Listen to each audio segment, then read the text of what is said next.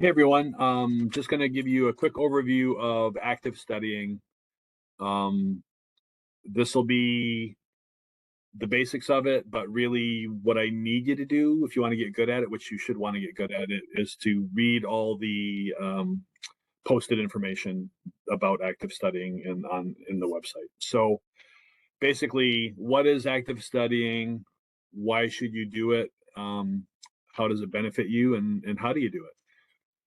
The idea of active studying is that rather than do what I did when I was in school mostly and what most students tend to do naturally, which is to study passively, is to change that up and you be the one doing stuff. So when you're studying passively, which is something you have to do at the beginning of learning things because you just don't know what the content is, what the concepts mean yet. You've got to read stuff, you got to watch videos, you've got to listen to things. You're going to have to take some stuff in passively.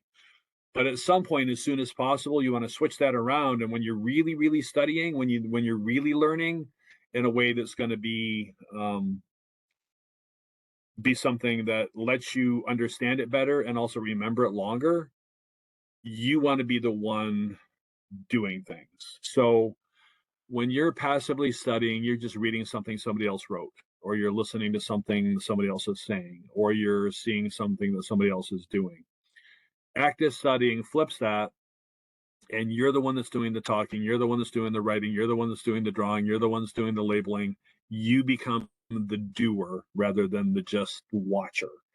The reason that it works so well is because when you can involve multiple senses and multiple areas of your brain in the learning process, your brain categorizes and stores and links that information to other important things that are related to it in ways that help you understand everything better and remember it longer. So, an example would be if I was only reading something, if you just read, that's visual information. It comes in your eyes. It goes back to the back part of your brain called the occipital lobe. And the occipital lobe sensory region and association areas have to then transmit that information around your brain in ways to make you lock it in and understand it and connect it to other things that are related to it. So that's obviously doable to some extent, but it's not the most efficient, effective way to do it because it's just coming from that one spot and has to be transmitted and stored in all these other areas of your brain. If instead you do what a teacher does when they're in front of a class on a whiteboard and you are choosing to write or draw or label or do different things, you are seeing what you're doing or drawing or writing or labeling, you are saying words, you are hearing what you're saying. When you're doing that comprehensive batch of activities on that one topic at that one time, multiple areas of your brain are all being impacted by that information. And when you have multiple areas of your brain all being impacted by that information at the same time, it becomes really, really good at knowing what to do with it, where to put it, how to connect it, how to stick it in ways that stays longer. And instead of this, in this case, instead of going just back to my occipital lobe, sure, I'm seeing what I'm doing and I'm drawing and I'm reading and everything, just like normal. So I am getting information to my occipital lobe, but I'm choosing what words to write, what things to draw, what things to label, what actions to take. That's coming from the back part of my frontal lobe. I'm saying words, that's coming from the front part of my frontal lobe. I'm hearing what I'm saying, that's coming in my temporal lobe. So simultaneously, this huge multiple um, focused attack on my brain by that information is happening. And when that happens, your brain is really, really good at figuring out what to do with it, where to put it, how to connect it, and how to make it last a long time. You'll find out that teachers that teach things regularly know those things really, really well, can teach them without reviewing or having to look stuff up in the meantime, not because they've read it a bunch of times, because they've explained it a few times. Once you explain something a few times, it's locked in and it's hard to even make it get out of your brain.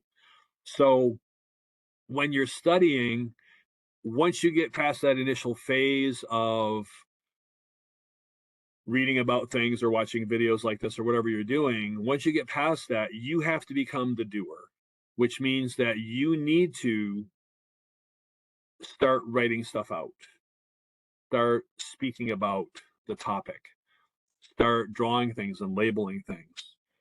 Um, and you probably do this to some extent already, right? So when you're taking notes, you are doing a form of active studying. Now it's different though when you're summarizing the information coming in and then putting your own version of that information on the page, that's active. If you're just transcribing exactly word for word what's coming in without even thinking about it, that's not so good. But at any rate, at least you're doing something. So taking notes is active. What's better is revising those notes after you've taken them after class. When you do flashcards, you're doing active studying. But when you're making those flashcards, it's really active. If all you do after you have those flashcards is silently read them in your head and silently think of the answer, you're back to passive. When you make an outline, very active. And you fill out information on your study guide, very, very active. If all you do after that is read it over, you're back to passive and it's not that effective. Um, when you do a lot of passive studying to the exclusion of active studying, here's the result. And this is something hopefully you're all familiar with at least a little bit. You go to the test, you start answering the questions, and you're sitting there going, oh, it's on the tip of my tongue.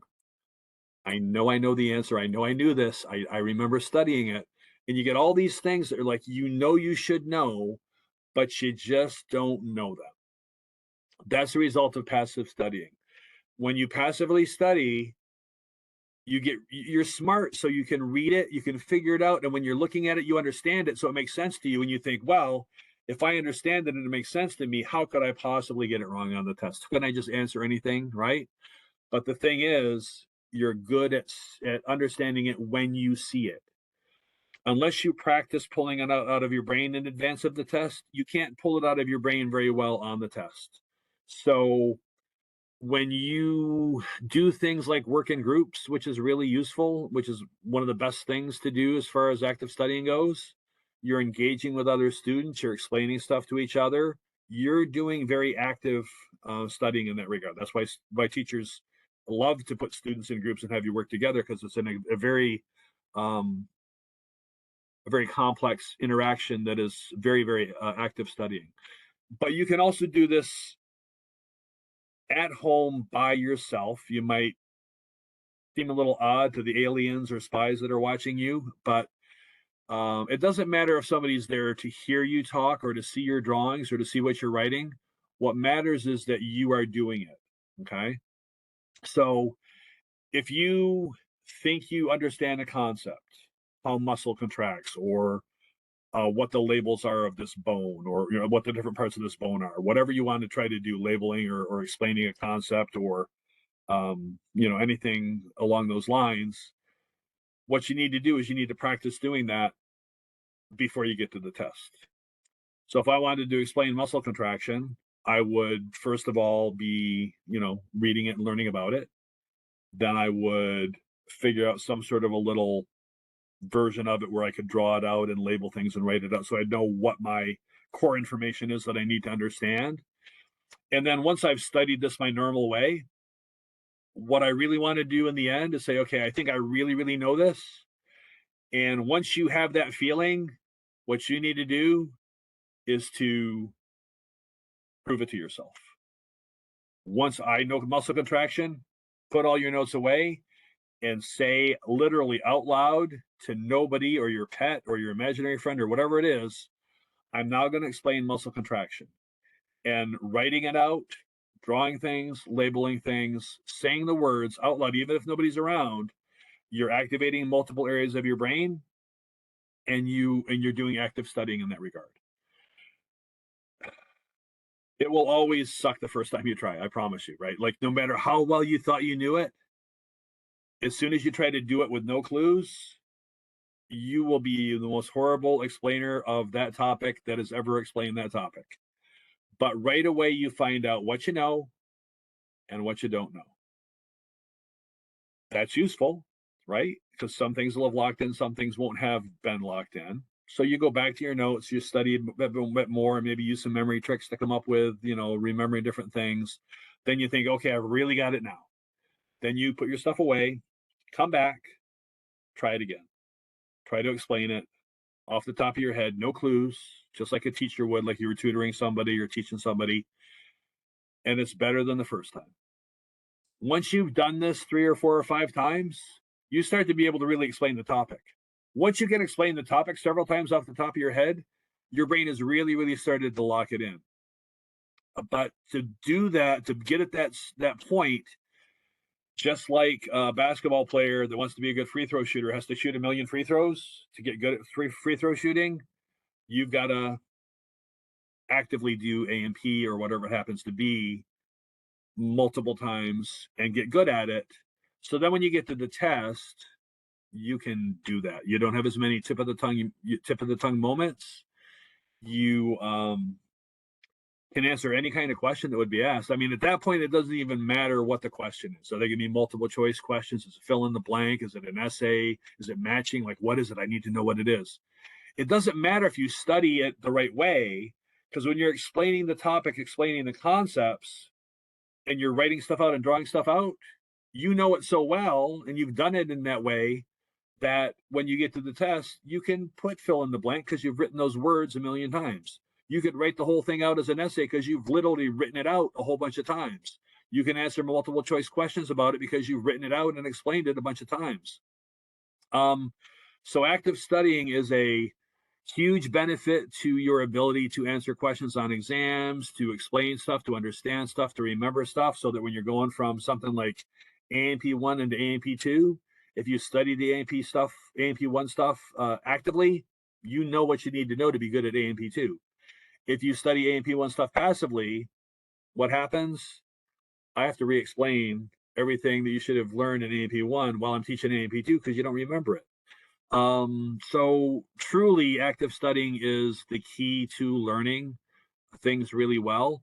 It's also the reason why most people that come to college to do a math or science or technology related degree end up switching to something else, because the way that you always study, which may not be that great, works in a lot of things. You can get away with it.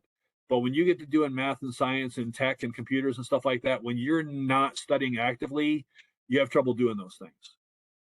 And so people get stuck. They're not willing to change how they study, and they end up being forced to change their major because they can't be successful in the field that they wanted to go into because they couldn't learn it the way that they needed to be able to perform on the assessments, if that makes sense. So please try to do active studying as much as possible. Read what's written in the content about this topic and try to implement it a little bit at the beginning, but a lot as you go. The more you do it, the better you're going to be. And I promise you it works. Just give you one quick example. I had a student show up in my A&P class. It was an A&P 2 class several years ago, and I knew I'd seen her before, and I thought she just had the A&P 1, maybe a semester or two before. So, because I knew her, right? It turned out that I have them write a paper for me about studying at one point during the semester, and the paper started out. This is the third time I've taken this class. I'm now doing everything you always told me how to do for studying, and it's working great. And I wish I had just done that the first semester that I took the class. And she literally was my best student that semester. She had the highest grades by far. She was amazing. And it's just because she was doing it the right way. It wasn't that she was smarter than she was the first 2 times she took the class. She just approached the material differently. You guys are all capable of doing it. You need to do it as much active as possible to show your true potential, right? You would not try to become an expert at a sport or an expert at playing a musical instrument or an expert in acrobatic skill or something like that without doing that thing over and over and over again. You need to do A&P over and over and over again. You got to do it. Study actively.